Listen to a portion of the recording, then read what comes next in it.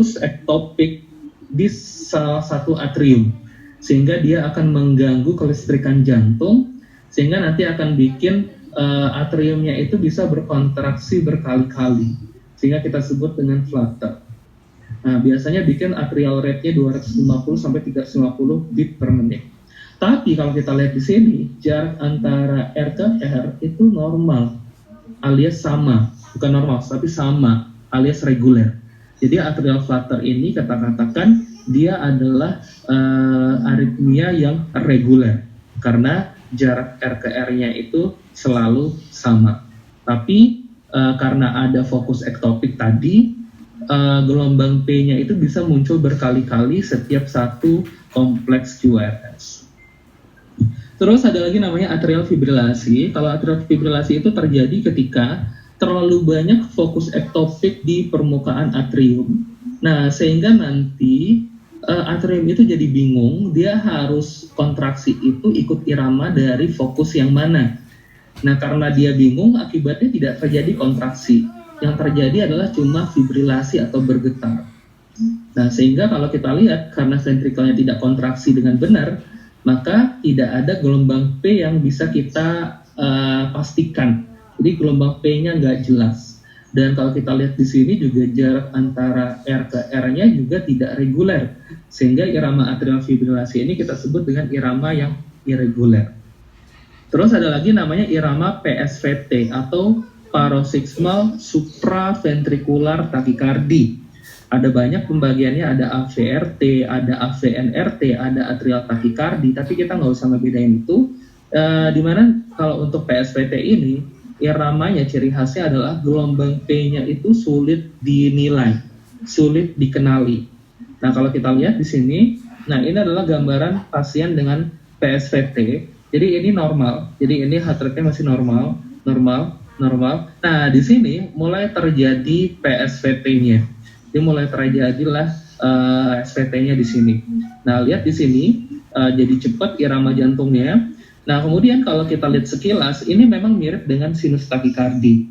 Tapi kalau kita lihat lebih seksama, ini gelombang P-nya itu nggak kelihatan, alias gelombang P-nya menghilang. Nah, sebenarnya gelombang P-nya bukan menghilang, tapi karena saking cepatnya atriumnya berkontraksi, jadi belum selesai kompleks URS, gelombang P-nya udah muncul kembali. Tapi karena gelombang P itu listriknya kecil, dia akan kalah dengan kompleks URS ini. Makanya tidak kelihatan. Nah, itu untuk aritmia dari atrium. Jadi kadang ada juga yang bilang kalau untuk atrial flutter ini, dia mirip dengan gigi gergaji atau sawtooth appearance.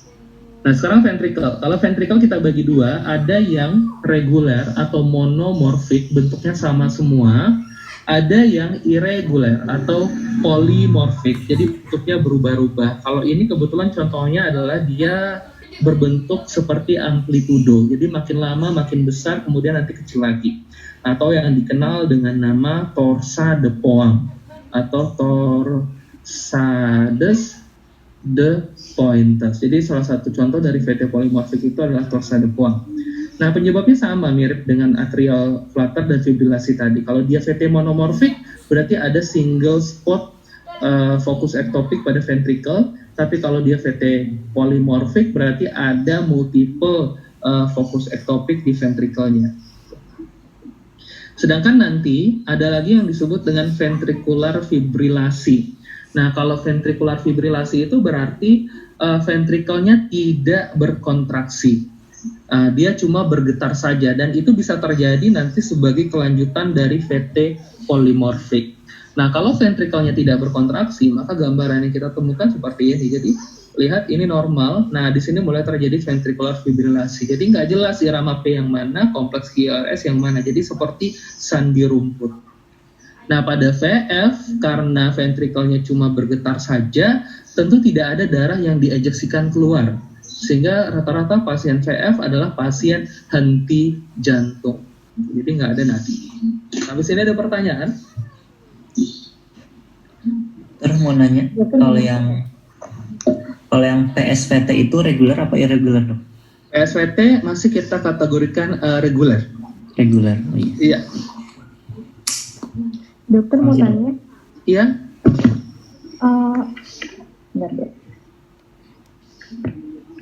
Yang ini dok, apa namanya? Mana ya tadi? Yang laju apa ya dok? Yang Laju? boleh ke ini sebelumnya nggak dok? Slide yang dikali berapa gitu? Iya. Nah ini 10 kali 9 apa ya dok tadi tuh? Kali 6. Oh kali 6, itu tuh gimana sih dok? Tadi masih belum paham. Ya, jadi untuk orang-orang yang jarak antara R ke R-nya itu irregular, maka mau nggak mau kita harus hitung lajunya selama 10 detik, kemudian dikalikan dengan 6, karena kan kita mau menghitung selama 1 menit. Tuh, makanya dia dikali 6. Jadi hitung berapa kali kompleks QRS yang muncul selama 10 detik, habis itu dikalikan dengan 10. Kalau ini kan kebetulan ada 15 ya. Ada 15 kompleks QRS yang muncul dalam waktu 10 detik, maka kalau kita kalikan dengan 6, berarti dalam 1 menit ada 90 heartbeat, 50 kali per menit. Dokter, itu 15 itu kompleks QRS-nya ya dok? Iya, nih, ini kan oh iya. Ya, udah dinomorin 1 sampai 15. Terus kalau yang tadi dok, yang paroxysma SPT itu sama kayak atrial flutter atau gimana dok? Beda. Jadi kalau untuk atrial flutter itu kan ditandai dengan adanya gelombang P yang muncul lebih dari sekali setiap satu kompleks QRS. Tapi kalau untuk PSVT ini biasanya nanti gelombang P-nya sulit untuk dinilai. Oh iya. Oke dok, terima kasih. Sama-sama. Dokter mau tanya lagi. Ya? Bedanya PSVT sama SVT aja apa dok? Bedanya antara PSVT dengan SVT. Sebenarnya sih hampir-hampir mirip ya antara PSVT dengan SVT. Jadi PSVT ini nanti pembagiannya itu banyak. Jadi ada namanya atrial flutter, atrial tachycardia, kemudian ada namanya SVT, kemudian nanti ada namanya AVRT, kemudian ada namanya AVNRT. Jadi mereka tuh SVT itu adalah bagian dari PSVT. Tapi kita nggak usah membagi ini karena nanti terlalu ribet, nanti bingung. Jadi kita sebagai bagian besarnya kita sebut aja PSVT. Beda. Ya.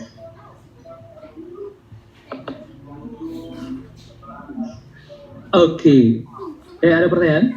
Kalau tidak ada, sekarang kita masuk ke aritmia, yaitu bundle branch block. Nah, bundle branch block ini biasanya, jadi tadi kan untuk listrik itu dari SA node, AV node, berkasis, kemudian cabang kiri, cabang kanan, Purkinje. Urutannya seperti itu. Nah, kalau kita lihat nanti pada V1 sama V6, itu kan ada perbedaan gambaran kompleks QRS. Ya, untuk V1 itu mewakili jantung sebelah kanan, untuk V6 itu berarti mewakili jantung sebelah kiri. Nah, normalnya kalau dilihat dari V1 itu nanti karena listriknya itu dia kan listrik itu datang seperti ini ya, seperti ini. Nah, nanti kan ada tuh dari left bundle ini akan ngasih listrik ke septum. Nah, itu kan nanti dia adalah mendekati lead V1 karena ngarahnya seperti ini. Jadi nanti pada lead 1 akan ada gelombang positif sedikit, tapi gelombang yang dominan nanti adalah gelombang negatif karena kan listrik itu nanti dominannya adalah ke sebelah kiri, jadi menjauhi V1. Sedangkan kalau di V6 karena dia posisinya berada di sini, listrik dominannya memang ke arah V6, maka di V6 nanti gelombang yang dominan adalah gelombang positif. Nah, sekarang anggaplah terjadi RBBB. Nah, terjadi hambatan di sini.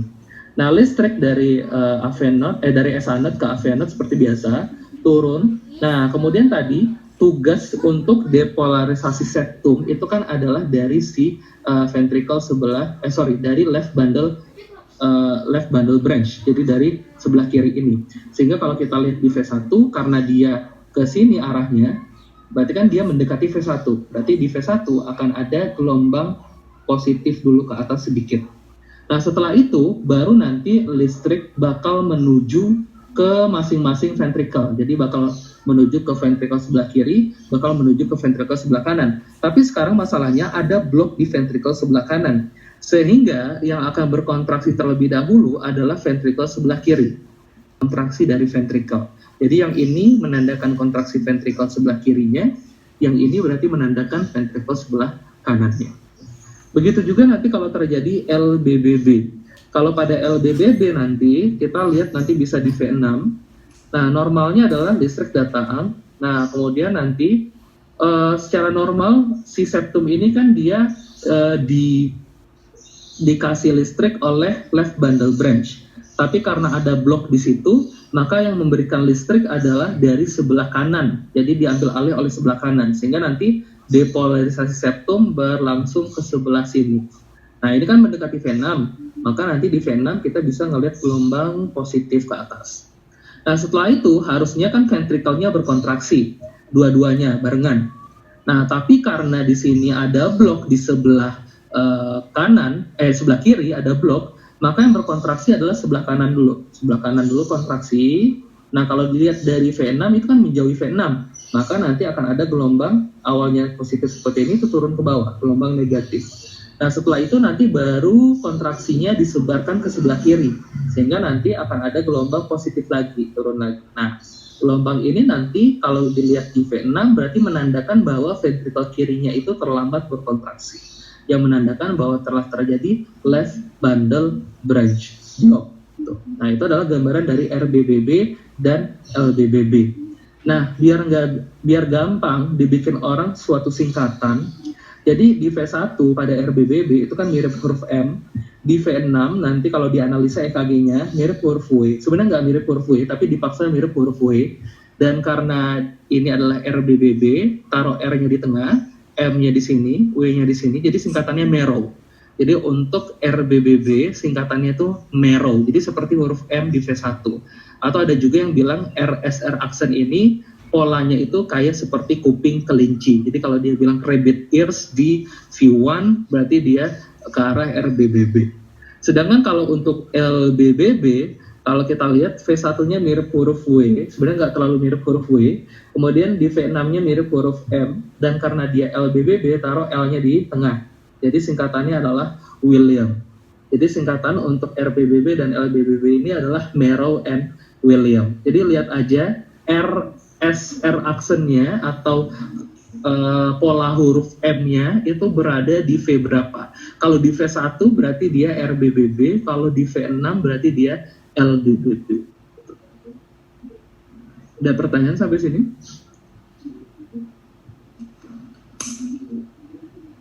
Nggak ada? Oke, nah kalau tidak ada, sekarang kita masuk ke dalam algoritma takikardi. Nah, takikardi itu per definisi adalah kalau heart rate-nya di atas 150 kali per menit. Per definisi itu 100 kali per menit. Tapi yang masuk ke algoritma takikardi kita kali ini adalah takiaritmia. Takiaritmia itu kalau heart rate-nya di atas 150 kali per menit. Di mana kita bagi dua tuh, ada yang disebut dengan takiaritmia stabil, ada yang disebut dengan takiaritmia yang unstable. Jadi penting, jadi ketika kita jaga IGD, penting menentukan apakah pasien kita ini pasien stabil atau pasien kita ini tidak stabil. Nah, apa tanda-tanda pasien kita itu tidak stabil? Nah, itu kalau misalkan ada hipotensi, kemudian ada penurunan kesadaran, nah kemudian kalau ada akral dingin, kemudian ada nyeri dada iskemik, dan kemudian ada tanda-tanda edema paru. Itu semua adalah tanda tidak stabil. Karena apa? Karena nanti penanganannya itu bakal berbeda. Kalau dia itu stabil, dia bisa dengan obat. Tapi kalau dia tidak stabil, maka dia harus diberikan listrik. Nah, sekarang anggaplah kita jaga, kemudian datang pasien berdebar-debar, sadar, TTV bagus, akral hangat, kita anggap dia stabil. Maka langkah kita selanjutnya adalah pasang EKG, lalu tentukan kompleks QRS-nya itu sempit atau lebar. Sempit artinya kurang dari 0,12 detik, lebar artinya lebih dari 0,12 detik. Nah, anggaplah sekarang dia ternyata QRS-nya sempit. Nah, kalau sempit itu berarti kan artinya ventrikelnya normal atau tidak? Normal. Berarti masalahnya ada di atrium, betul. Sehingga irama-irama yang tergolong ke dalam QRS sempit adalah irama-irama atrium. Kita bagi reguler sama irregular. Nah, yang reguler tadi ada PSVT sama atrial flutter. Sedangkan yang irregular ada si atrial fibrilasi.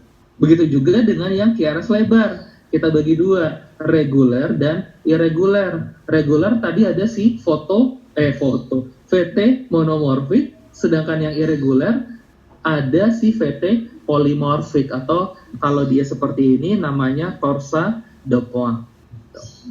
Nah, karena tadi di awal pasien kita stabil, maka kita bisa berikan obat. Nah, obatnya apa? Untuk yang QRS sempit reguler, penanganan awal sebelum obat bisa dilakukan manuver vagal. Manuver vagal itu nanti kita pijat-pijat arteri karotisnya selama 10 detik.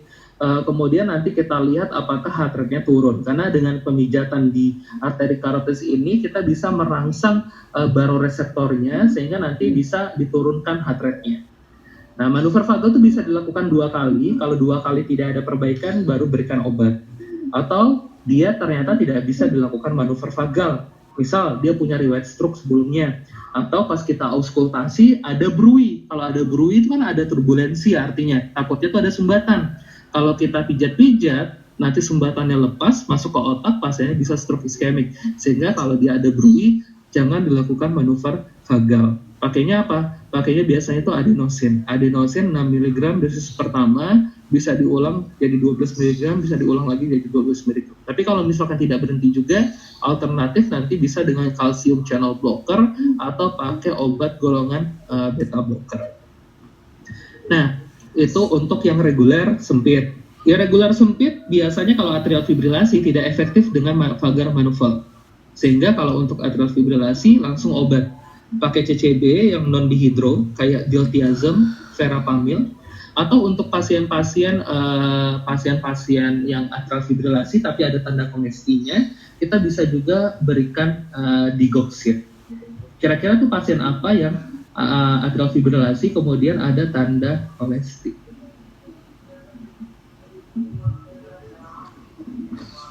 Pasien apa biasanya? Pasien dengan tanda kongesti, pasien apa tuh biasanya? Gagal jantung kiri, Dok. Oh iya betul, gagal jantung ya, gagal jantung kanan biasanya, gagal jantung kanan, atau CHF, atau bisa juga pasien CKD. Nah itu katanya untuk mengontrol atrial fibrilasinya lebih efektif digunakan digoxin. Nah terus kalau untuk VT monomorfik pakai prokainamid nama obatnya, sedangkan kalau untuk torsa de Pointes itu kita menggunakan MgSO4, menggunakan magnesium IV yang diberikan sebanyak 1-2 gram.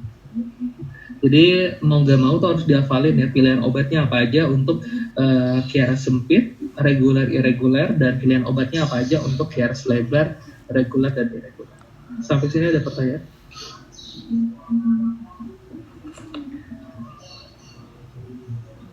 Dok, nanya dok. Yap. Kalau buat yang tata laksana dengan manuver vagal tuh ada waktu period time-nya gitu nggak tuh? Golden period-nya? Golden period. Sebenarnya untuk golden period sih nggak ada. Jadi bisa dilakukan kapanpun dengan durasi 10 detik. Iya, jadi nggak apa-apa dilakuin kapanpun bisa. Oke dok, makasih dok. Sama-sama.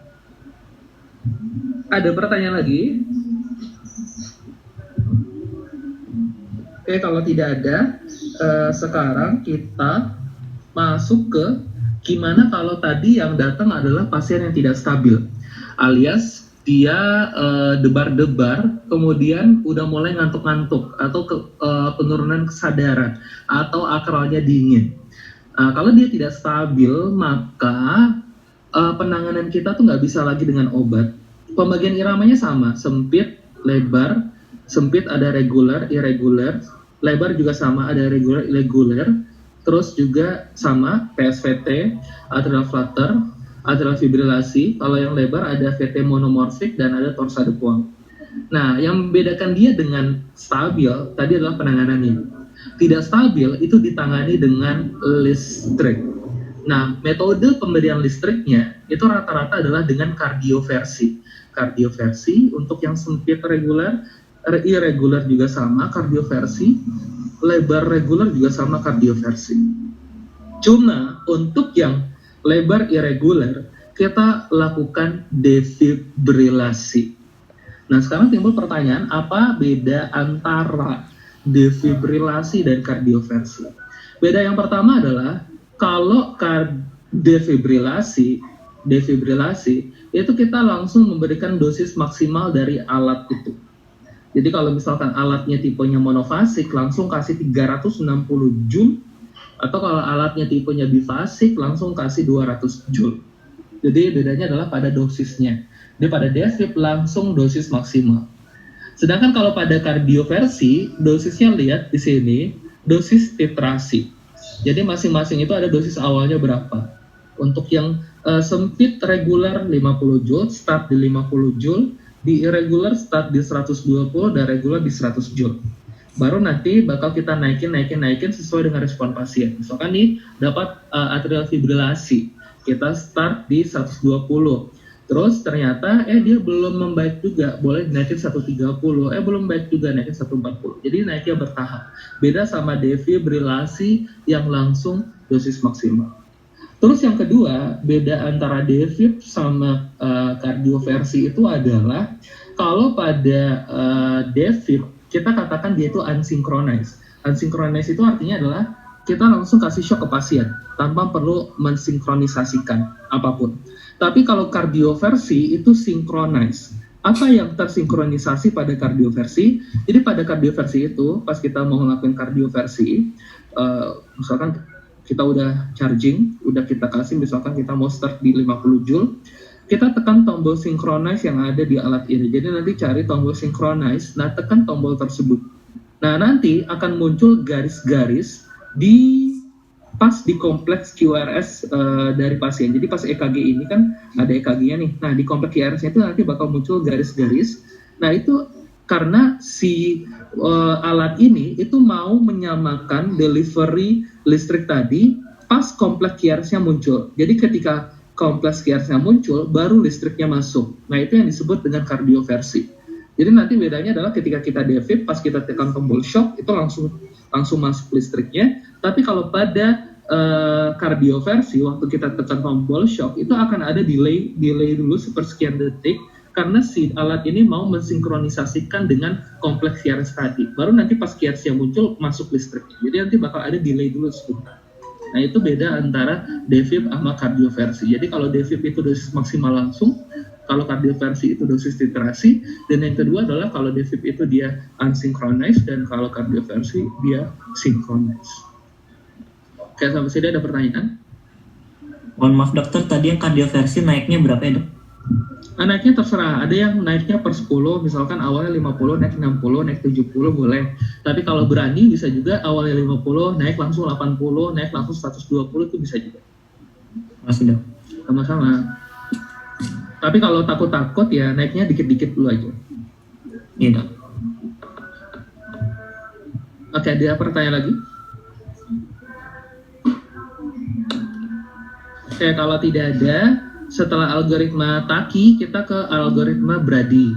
Nah, Brady ini kebalikan dari takikardi. Kalau bradikardi biasa kan definisinya adalah kalau heart rate di bawah 60 kali per menit. Tapi yang di sini kita adalah membahas bradyaritmia, yang heart rate-nya biasanya di bawah 50 kali per menit. Nah, di sini sama algoritmanya. Tentukan apakah dia stabil atau tidak. Lihat apakah ada hipotensi, penurunan kesadaran, shock, nyeri dada iskemik, atau gagal jantung. Kalau misalkan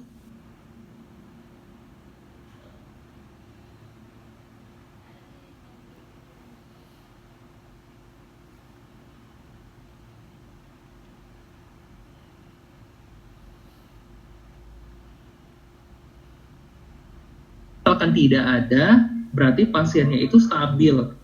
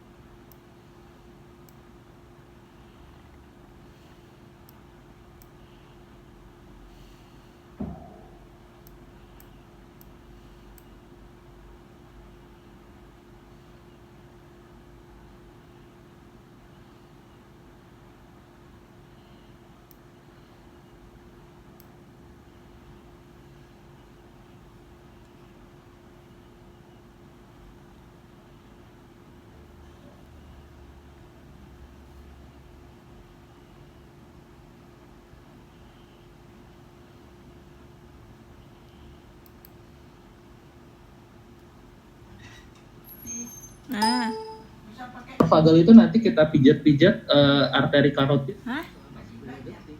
Kemudian nanti kita lihat apakah harusnya turun. Karena dengan pemijatan arteri karotid ini kita bisa merangsang Mahal lah. baroreseptornya sehingga nanti bisa diturunkan.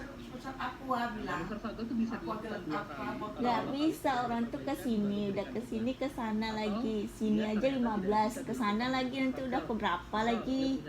30-an nanti. Atau pas kita auskultasi ada brewing. Kalau ada brewing kan ada turbulensi artinya. Makanya orang tuh udah ke sini udah berapa? Pijat, nanti sumbatannya lepas masuk ke otak Iya.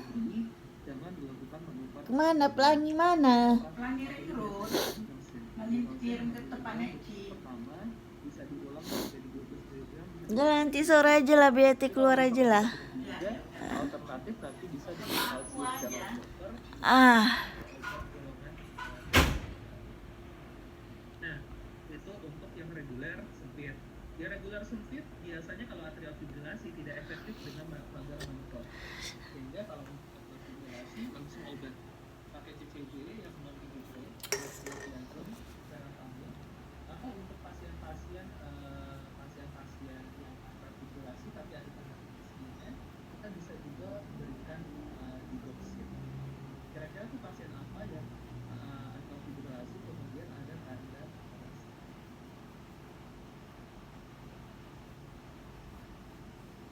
pasien apa biasanya? Pasien dengan tanda kondisi, pasien apa biasanya? Iya betul, gagal jantung ya, gagal jantung kanan bisa, gagal jantung kanan. Atau CHL atau bisa juga pasien CKD. Nah itu katanya untuk mengontrol atrial fibrilasinya lebih efektif digunakan digoxin. Nah terus kalau untuk VT monomorfik pakai prokainamid nama obatnya. Sedangkan kalau untuk torsadepor itu kita menggunakan MgSO4, menggunakan magnesium IV yang diberikan sebanyak 1-2 gram. Jadi mau gak mau tuh harus dihafalin ya pilihan obatnya apa aja untuk QRS sempit, reguler, irregular, dan pilihan obatnya apa aja untuk QRS lebar, reguler, dan irregular. Sampai sini ada pertanyaan?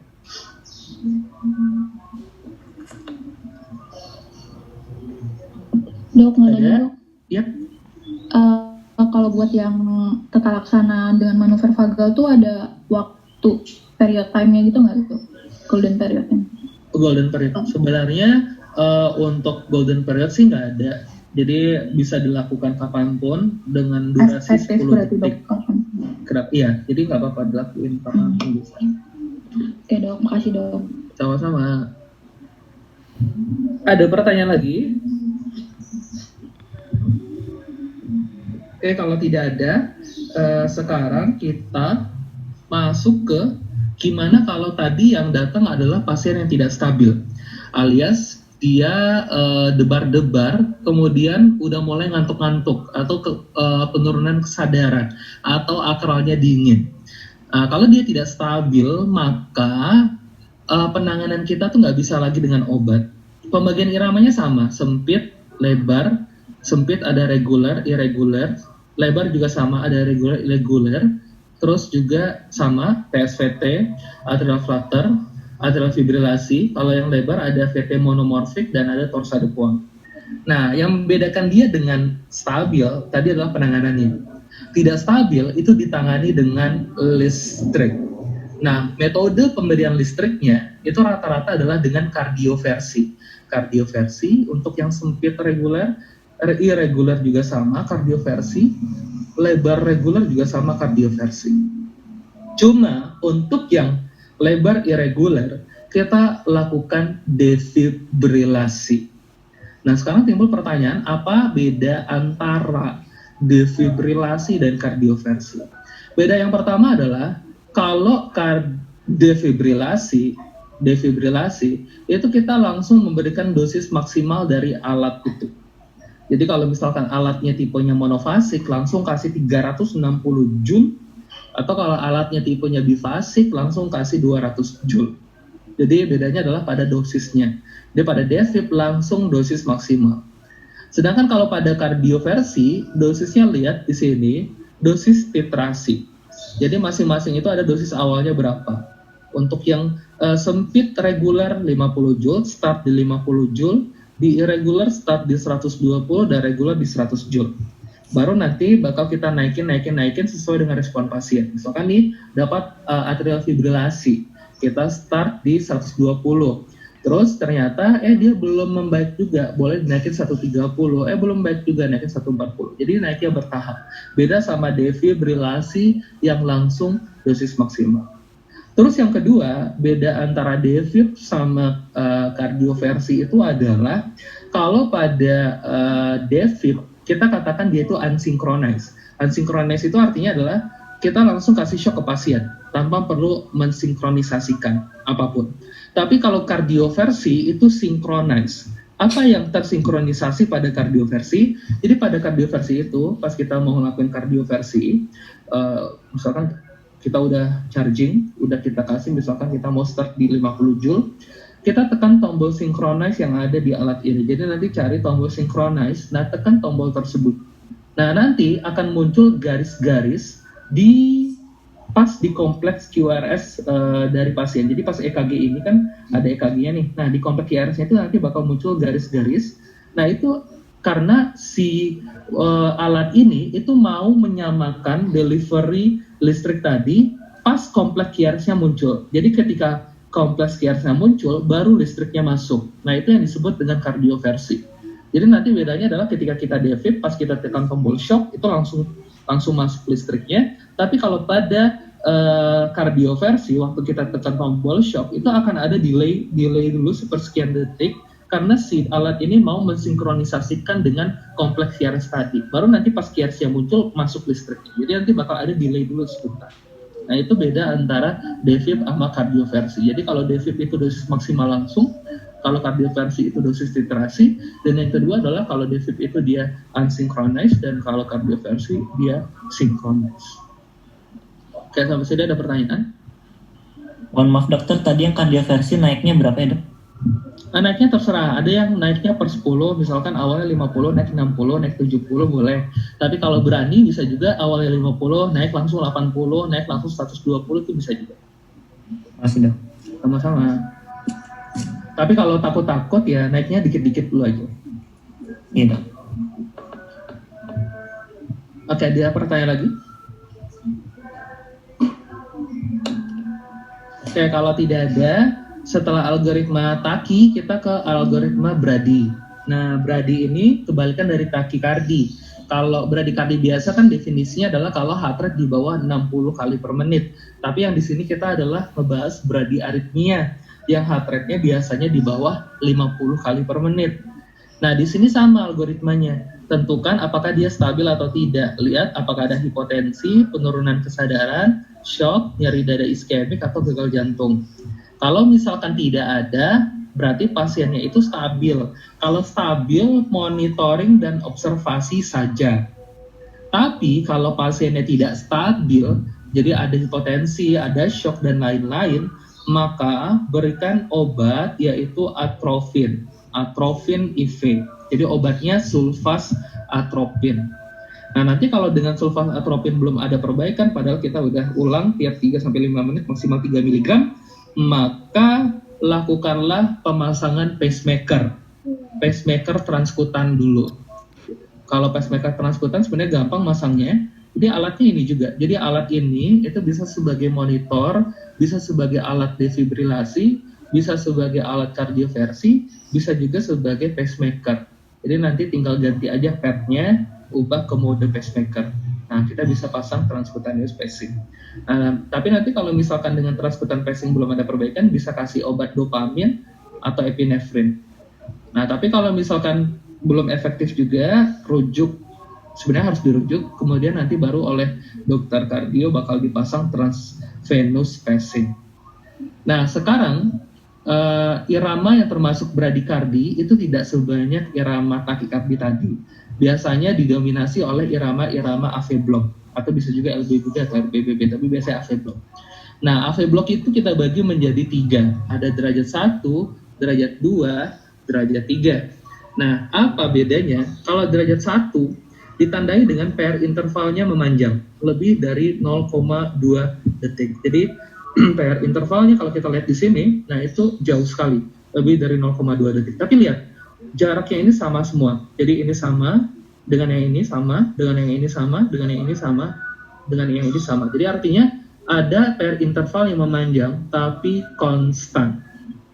Kemudian derajat 2 itu dibagi Mobitz tipe 1 dan Mobitz tipe 2. Nah, apa gambarannya? Mobitz tipe 1 ditandai dengan PR interval yang memanjang, tapi nanti makin lama makin panjang, kemudian diikuti dengan hilangnya kompleks QRS.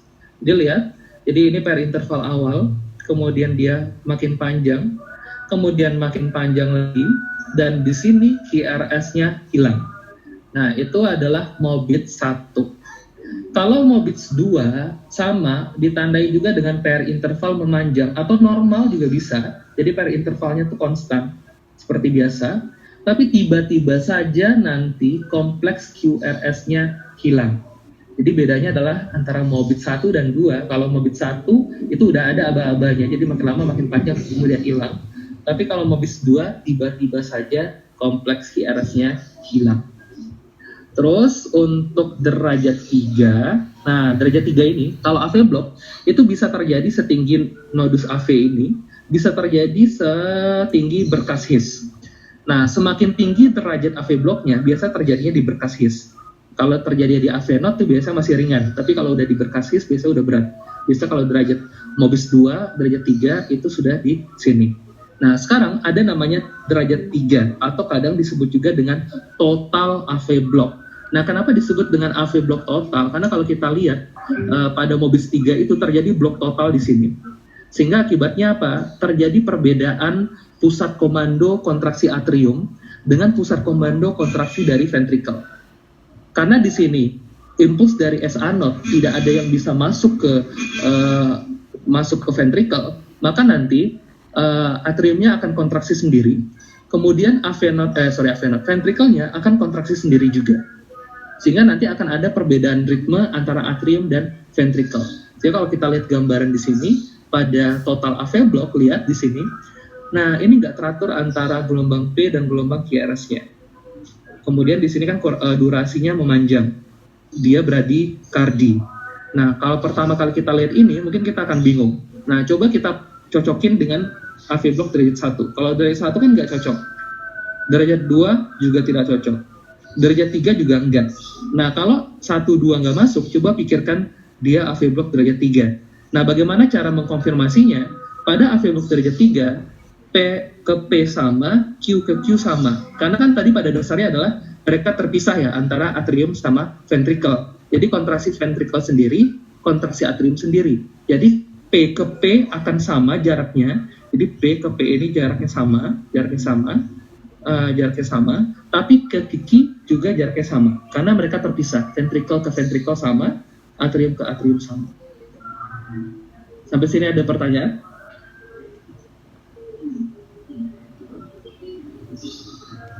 Jadi pada AV block derajat 1 itu biasanya kalau ibarat sebuah hubungan, mereka udah bertengkar, tapi pertengkarannya konstan. Jadi hal yang sama yang dipermasalahkan setiap hari. Tapi tengkarnya gitu-gitu aja. Itu first degree. Kalau Mobitz 1 second degree itu pertengkarannya makin lama semakin hebat, dan pada satu titik tiba-tiba mereka berpisah. Nah, itu dia Mobitz 1. Kalau Mobitz 2, kalau di sini dia nggak ada masalah apa-apa, tapi tiba-tiba pasangannya pergi, atau dia minta putus, atau dia hilang. Jadi tiba-tiba aja, padahal nggak ada masalah apa-apa sebelumnya. Sedangkan kalau third degree, nah ini masing-masing udah punya jalan hidupnya sendiri-sendiri, jadi udah move on, jadi dia udah punya ritme sendiri-sendiri. Itu untuk AV block. Jadi cukup gampang ya, jadi nggak terlalu sulit. Ada pertanyaan sampai sini? Dokter, yang penggunaan dopamin sama epinefrin itu salah satu atau runtutan gitu, dok? Alternatifnya, jadi jika dengan atropin tidak efektif, dengan transkutampes tidak efektif, boleh dipertimbangkan pemberian dopamin atau epinefrin. Ya. Ada pertanyaan tentang bradikardi?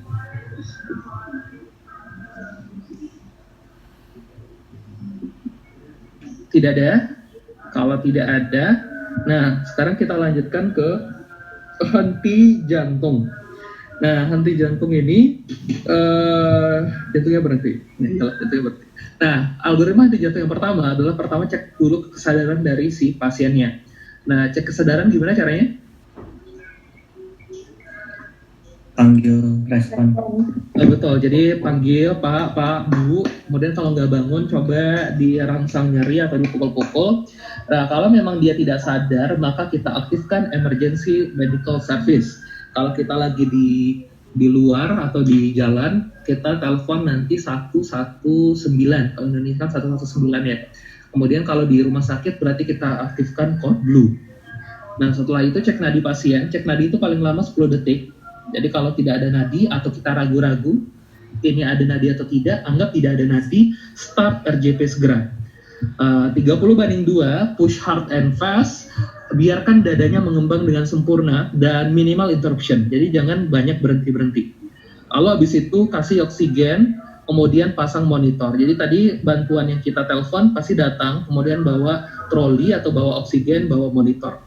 Nah, nanti dari monitor kita bisa bedakan irama pasien kita apa. Apakah iramanya shockable atau iramanya non-shockable. Nah, irama shockable itu adalah irama yang bisa didefibrilasi. Sedangkan irama non-shockable adalah irama yang tidak bisa didefibrilasi. Masing-masing ada dua irama. Shockable itu pertama iramanya adalah VT tanpa nadi.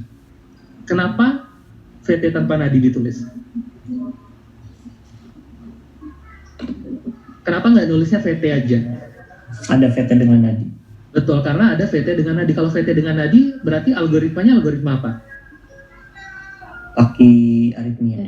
Betul, algoritmanya pakai yang tadi, algoritma takikardia atau takiaritmia. Makanya di sini kita harus tekankan VT-nya tanpa nadi. Kemudian ada lagi irama VF. Kalau irama VF nggak usah embel-embel tanpa nadi, karena kalau VF biasanya memang tanpa nadi. Nah, kemudian ada lagi namanya irama PEA dan asistol. Kalau asistol biasanya jelas ya, datar iramanya. Sedangkan kalau PEA itu adalah pulseless electrical activity. Artinya ada aktivitas listrik tapi pulseless. Pulseless berarti tidak ada nadinya. Nah, irama yang tergolong ke dalam PEA adalah semua irama tanpa nadi. Semua irama tanpa nadi kecuali VT tanpa nadi, VF dan asistol. Jadi kalau misalkan ada atrial fibrilasi tanpa nadi itu PEA kita sebut. Ada atrial flutter tanpa nadi itu PEA. Ada PSVT tanpa nadi itu PEA. Ada AV block derajat 1 tanpa nadi itu PEA. Total AV block tanpa nadi itu PEA. Pokoknya semua irama tanpa nadi kecuali VT tanpa nadi, VF dan asistol itu tergolong ke dalam PEA. Nah, sekarang anggaplah pasien kita adalah pasien yang pas kita lihat monitor dia VF. Nah, maka kita lakukan kita lakukan shock yang pertama. Jadi pas dipasang monitor tadi ketemu iramanya VF, maka berikan dia shock yang pertama, bifasik. Kalau bifasik berapa dosisnya? 200 joule. I'm clear, you clear, everybody clear. Kemudian shock pasien, dan setelah di shock maka lanjutkan RJP-nya. Jadi setelah shock jangan lihat irama pada monitor. Jadi apapun nanti irama pada monitornya, setelah shock lanjutkan ke RJP langsung selama 2 menit, dan nanti teman-teman kita yang lain bakal pasang IV access, pasang akses intravena. Nah, habis itu nanti setelah 2 menit berhenti dulu, raba nadinya, lihat iramanya di EKG-nya. Kalau ternyata masih VF juga, maka masih bisa di-shock. Lakukanlah shock yang kedua. Setelah itu, setelah shock, tetap lanjutkan RJP. Nah, karena sudah terpasang akses IV, maka berikan epinefrin 1 mg dan lakukan intubasi pada pasien tadi. Habis itu kalau udah 2 menit, cek lagi. Kalau bisa di-shock, maka berikan shock yang ketiga. Lalu setelah di-shock lanjutkan RJP, cuma obat yang masuk adalah sekarang amiodaron 300 mg. Nah, setelah 2 menit, berhenti dulu, iramanya lihat apakah masih bisa di-shock. Kalau masih, berikan shock berikutnya, lanjutkan RJP, tapi obat yang masuk sekarang adalah epinefrin 1 miligram. Nah, setelah itu nilai lagi kalau masih bisa di shock. Kemudian obat yang masuk adalah amiodaron. Nah, sekarang lihat di sini obat yang masuk itu dia berganti-ganti. Jadi awalnya epinefrin, habis itu giliran amiodaron 300, habis itu giliran epinefrin lagi 1 mg, habis itu giliran amiodaron lagi tapi dosisnya 150. Nah, di sini nanti kalau memang masih bisa di shock, giliran siapa lagi? Epi ya. Jadi setelah amiodaron epi. Nah, di sini harusnya adalah giliran amiodaron. Tapi amiodaron itu dosis maksimalnya adalah 450. Jadi di sini nggak ada lagi giliran dari amiodaron tadi, sehingga di sini kosong obat yang masuk. Sehingga nanti urutannya adalah epi kosong sampai pasiennya ROSC atau sampai penolongnya kelelahan atau sampai ditemukan adanya tanda-tanda kematian yang irreversible. Nah, itu baru kita stop RJP. Di sini ada pertanyaan tentang yang algoritma shock itu. Untuk epinefrin yang awal berapa dok dosisnya? 1 mg. Oh, terus 1 mg ya dok? Seterusnya 1 mg. Nah, sekarang kalau dia non-shockable itu nggak ada defib. Jadi kita cukup RJP saja, 2 menit, evaluasi, lalu pasang IV access, dan berikan epinefrin setiap 2-3 menit. Jadi nggak usah di shock. Nah, algoritmanya bisa ganti-ganti ya. Jadi kalau misalkan awalnya kita dapat pasien shockable nih, terus pas kita analisa irama yang di sini ternyata jadi asistol, berarti kita ikut algoritma non-shockable. Atau misalkan awalnya dapat pasien asistol, pas dievaluasi kok iramanya jadi VF, berarti ikut irama atau algoritma yang shockable. Dok, izin saya mau salju matugan ya dok? Oh iya, boleh silakan.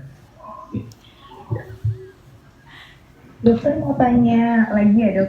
Iya, silakan. Itu yang terakhir yang shockable, yang terakhir itu kan RJP 2 menit, terus kosong ini tadi yang dokter bilang sampai kelelahan yang nge-RJP sama atau ada tanda kematian tuh langsung stop atau gimana ya dok? Atau kalau misalnya masih belum ada tanda kematian diulang lagi terus dok? Iya betul. Jadi kalau memang penolongnya masih kuat, masih bersemangat, ya udah terusin aja sampai semampunya gitu. Jadi nanti urutannya adalah RJP kosong, epi kosong, epinefrin lagi, kosong lagi, epinefrin lagi, kosong lagi, epinefrin lagi, kosong lagi gitu seterusnya sampai dia ROSC atau dia ada tanda-tanda kematian yang irreversible atau penolongnya udah kelelahan semua, ya udah stop aja. Jadi nggak ada batasannya. Terima kasih dok. Sama. Dokter mau tanya lagi? Iya. Ada kematian yang irreversible itu apa aja ya dok? Bisa kayak ada liver, kalau paling awal tentu ini ya liver mortis dulu ya. Jadi mungkin ketemu lebam mayat, nah itu adalah tanda kematian irreversible. Kalau kaku mayat kan biasa 2 jam terlalu lama, tapi kalau liver dalam waktu 30 menit biasanya udah kelihatan. Dokter mau tanya dok? Ya. Kalau yang non-shockable berarti epinefrin aja ya dok, nggak ganti-gantian sama amiodaron? Nggak ada, epinefrin aja. Iya. Ada pertanyaan lagi? Izin dok mau tanya, Ya. maksudnya kan di yang American Heart Association itu kan epinefrinnya setiap 3-5 menit. Maksudnya itu 3-5 menitnya itu tidak isi dengan RJP atau? Oh ya, jadi ngasih epinefrinnya itu ya setiap 3-5 menit ya. Setiap 3-5 menit. Jadi misalkan nih ini kita start RJP. Kemudian RJP biasanya udah 3 menit tuh. Nah, masukin epinefrin. Nanti lanjut lagi RJP. Nanti per tiap 3 menit itu masih bakal dimasukin epinefrin. Jadi epinefrin itu masuknya setiap 3 atau sampai 5 menit gitu. Oh, berarti di sela-sela itu kita lakukan RJP berarti ya? Betul, di sela-sela itu kita lakukan RJP. Jadi jangan didiamkan, karena RJP itu kan tadi minimal interruption. Interupsi kita itu adalah pertama untuk cek nadi aja biasanya. Oke, makasih dok. Sama-sama. Makanya kan cepet capek karena kita melakukan itu terus-terusan. Kita cuma berhenti ketika kita mau cek nadi. Oke, ada pertanyaan lagi? Oke, kalau belum kita lanjutkan. Nah, sekarang kita masuk ke penyakit jantung koroner. Nah, penyakit jantung koroner ini kalau pathisnya tadi udah kita pelajari. Sekarang untuk klinisnya, angina pektoris stabil itu kalau nyeri dadanya kurang dari 30 menit dan membaik dengan istirahat. Biasanya pasien-pasien dengan angina pektoris stabil itu bakal datang ke poli. Jadi pektoris stabil ini kan hanya muncul kalau di aktivitas ya. Jadi biasanya kalau dia tidak aktivitas dia nggak muncul. Jadi biasanya dia datang ke poli terus dia bilang, "Iya dok, kalau saya lagi capek dadanya sakit." Nah, nanti sebagai dokter kita harus pastiin ini sakit dadanya apakah benar dari jantung, dari paru, atau muskuloskeletal. Caranya, coba dilakukan pemeriksaan EKG. Kalau nanti pada pemeriksaan EKG ternyata hasilnya normal, tapi kita curiga banget nih dia kayaknya angina, maka coba kita provokasi dengan EKG stress test. Jadi nanti pasiennya disuruh treadmill.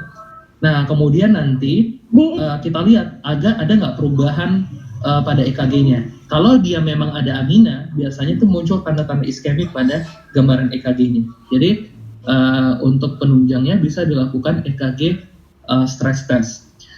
Cuma kalau memang nanti dalam EKG awal itu ditemukan gambaran key patologis, itu nggak usah lagi dilakukan EKG stress test. Karena kalau memang sudah ada gambaran key patologisnya, berarti kan memang dia sudah ada tanda-tanda penyakit jantung koronernya. Jadi kalau misalkan dia sudah ada gambaran key patologis di awal, tidak perlu di EKG stress test. EKG stress test itu kalau memang gambaran awalnya adalah normal.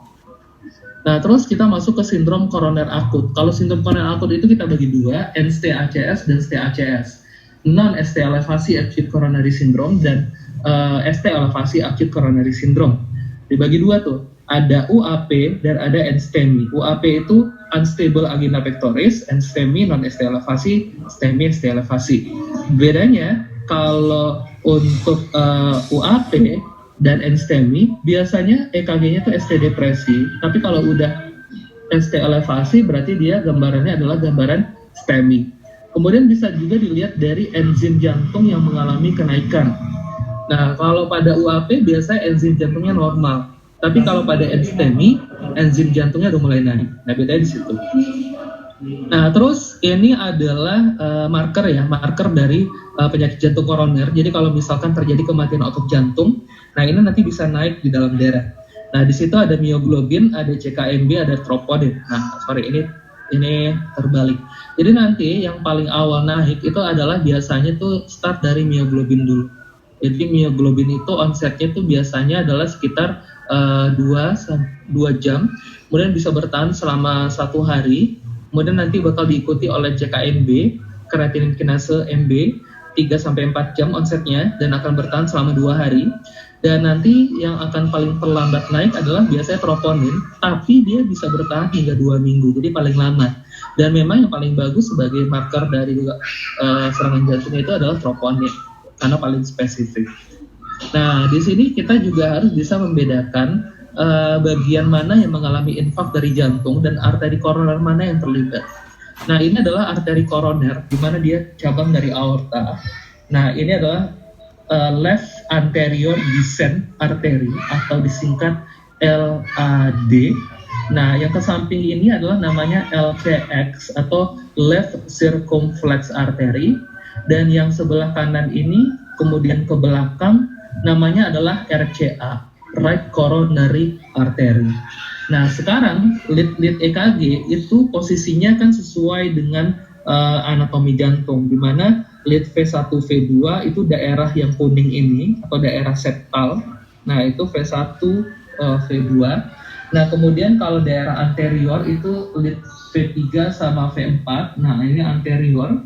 Kemudian kalau daerah lateral itu adalah lead V5, V6, kemudian ada lead 1 untuk ekstremitasnya dan lead AVL. Jadi ada lead 1 dan ada lead AVL. Sedangkan kalau untuk daerah sini, ini daerah inferior. Nah, kalau inferior itu berarti lead bawah. Lead bawah itu berarti ada lead 2, kemudian lead 3 sama lead AVF.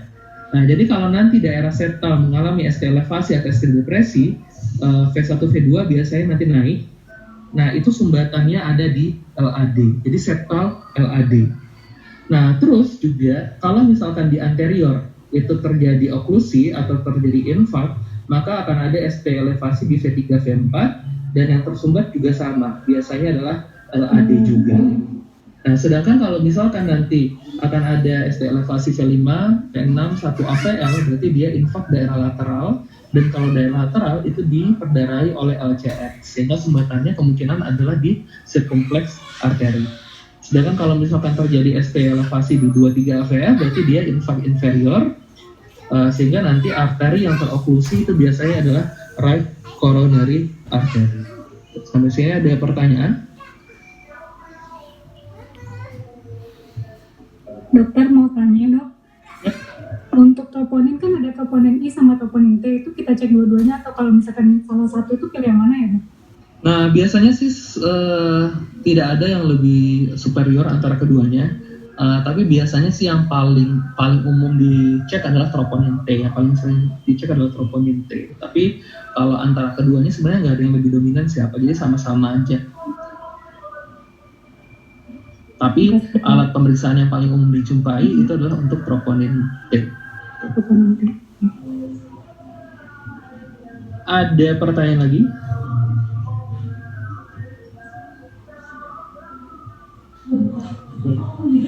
Oke, kalau nggak ada, sekarang kita ke tata laksananya. Nah, tata laksana dari PJK itu adalah dengan, jadi ini tata laksana awal ya.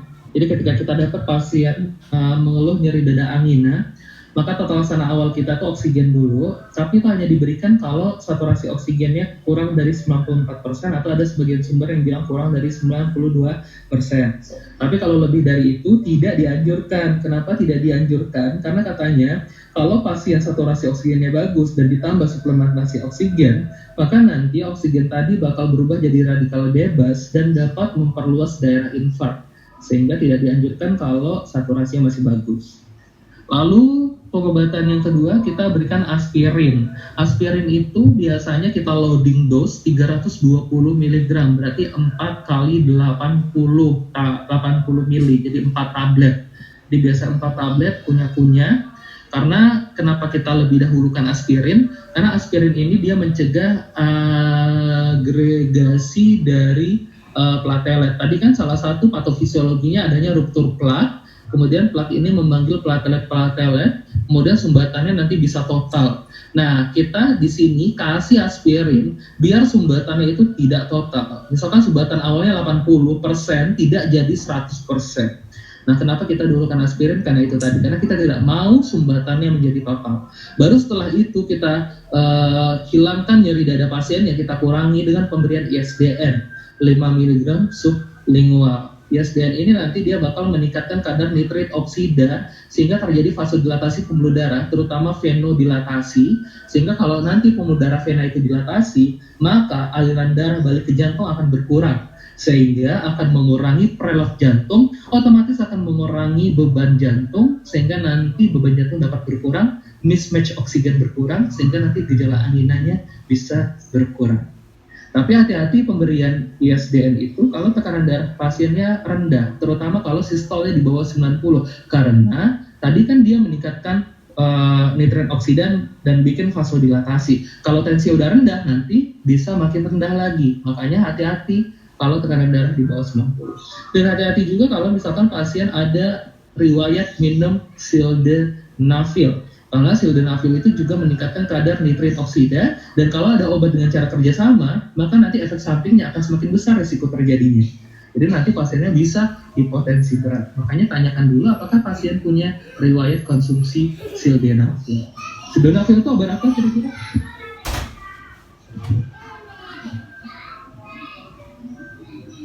Ada yang tahu sildenafil itu obat apa?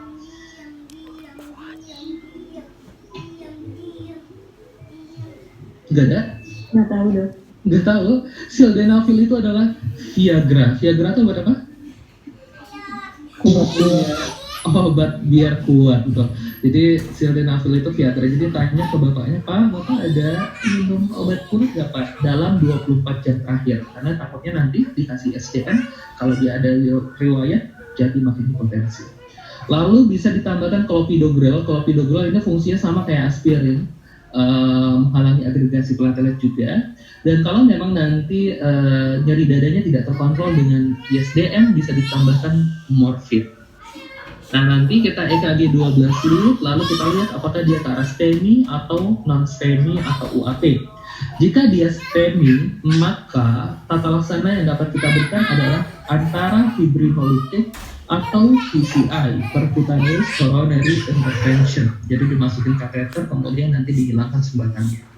Atau bisa juga kalau memang tidak punya fasilitas PCI, boleh dilakukan fibrinolitik dengan menggunakan streptokinase. Jadi nanti dia akan melisiskan benang-benang fibrin yang membentuk klot tadi. Tapi ini hanya bisa dilakukan kalau onsetnya di bawah dari 12 jam. Jadi onset nyeri dadanya kurang dari 12 jam. Karena kalau dia onsetnya itu sudah lebih dari 12 jam, maka perbandingan antara risk and benefitnya itu lebih banyak risknya. Sehingga kalau onsetnya sudah lebih dari 12 jam, kita tidak lakukan fibrinolitik atau PCI lagi, tapi biasanya penanganannya adalah mirip dengan NSTEMI atau UAP, yaitu dengan pemberian antikoagulan. Antikoagulannya bisa berupa unfraction heparin atau bisa juga pakai low molecular weight heparin. Oke, sampai sini ada pertanyaan. Dokter mau tanya, Dok. Ya. Dok, untuk ISDN itu kan golongan nitrat ya, Dok. Ada juga nitrogliserin, itu kita pilih ISDN atau nitrogliserin ya? Biasanya yang paling gampang itu kan ISDN, karena isosorbitin nitrat ini kan sudah ada bentuk tabletnya, kemudian dia bisa ditaruh di sublingual. Kalau nitrogliserin kan ada tuh ISDN itu sebenarnya golongan nitrat, golongan nitrogliserin juga. Cuma ISDN ini tuh bentuknya tablet. Kalau kita ngomong cuma nitrogliserin atau nitrat, kan ada juga tuh nitrogliserin IV. Itu juga bisa dikasih, cuma lebih utamakan sublingual dulu. Oke, Dok. Sama dokter, kalau clopidogrel itu kan bisa diganti pakai ticagrelor ya, Dok? Bisa, boleh kan. Itu ticagrelor dulu, atau kalau misalkan dia nggak bisa dengan ticagrelor baru kita pilih clopidogrel, atau kita tetap pilih clopidogrel dulu, Dok? Biasanya kalau klopi dulu. Klopi dulu ya? Pilihannya clopidogrel dulu. Ya. Makasih, Dok. Sama-sama. Ada pertanyaan lagi?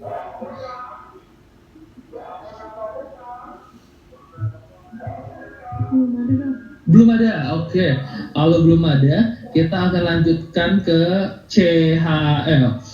CHF itu adalah congestive heart failure. Nah, itu etiologinya banyak ya. Paling sering adalah karena hipertensi, atau DM juga bisa, anemia juga bisa, demam rematik, kayaknya kemarin ada yang nanya demam rematik. Nah, itu bisa juga bikin CHF. Nah, itu yang kita sebut kemarin dengan penyakit jantung rematik. Terus pasien dengan PPOK itu juga bisa kena CHF atau yang dikenal dengan istilah cor pulmoner. Nah, sekarang jantung ada kiri kanan. Nah, bagian kiri jantung fungsinya adalah untuk memompa darah dari jantung ke seluruh tubuh. Kalau misalkan tubuh kita itu gagal memompa darah ke seluruh tubuh, maka kita gampang capek, jadi cyanosis, kemudian nanti bisa sesak. Jadi ada PND, paroxysmal nocturnal dyspnea, dan ada lelah waktu aktivitas atau dyspnea on effort. Kemudian kalau lebih berat nanti bisa jadi edema paru, karena kan kalau ini jantung, ini septum, ini katupnya, ini jantung kiri, ini jantung kanan. Kalau ini atrium kiri, ini ventrikel kiri. Ketika terjadi gagal jantung sebelah kiri, kan dia gagal memompa darah ke aorta, sehingga nanti darahnya numpuk di ventrikel kiri. Dari ventrikel kiri malah terdorong ke belakang ke atrium kiri. Atrium kiri kan terhubung dengan paru-paru, sehingga nanti bisa masuk ke paru-paru dan menyebabkan edema paru. Kemudian nanti bisa juga dia berupa gagal jantung kanan. Gagal jantung kanan, fungsi jantung kanan adalah menyerap darah dari seluruh tubuh balik lagi ke jantung.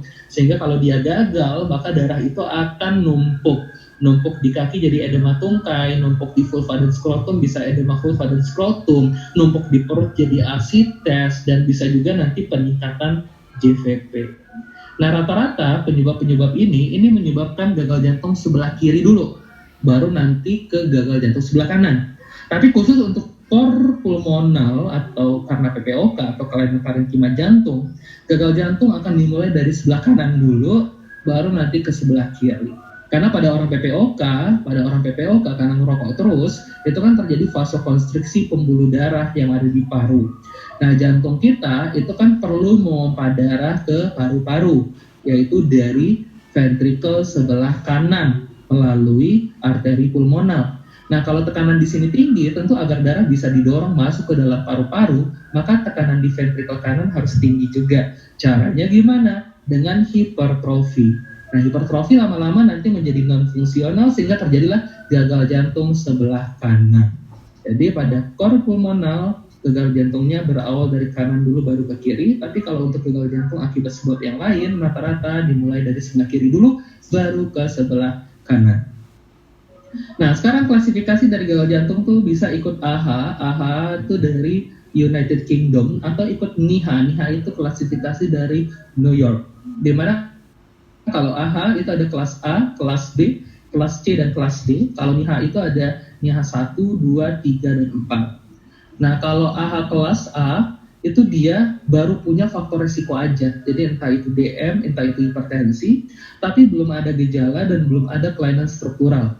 Jadi belum ada keluhan, belum ada kelainan struktur.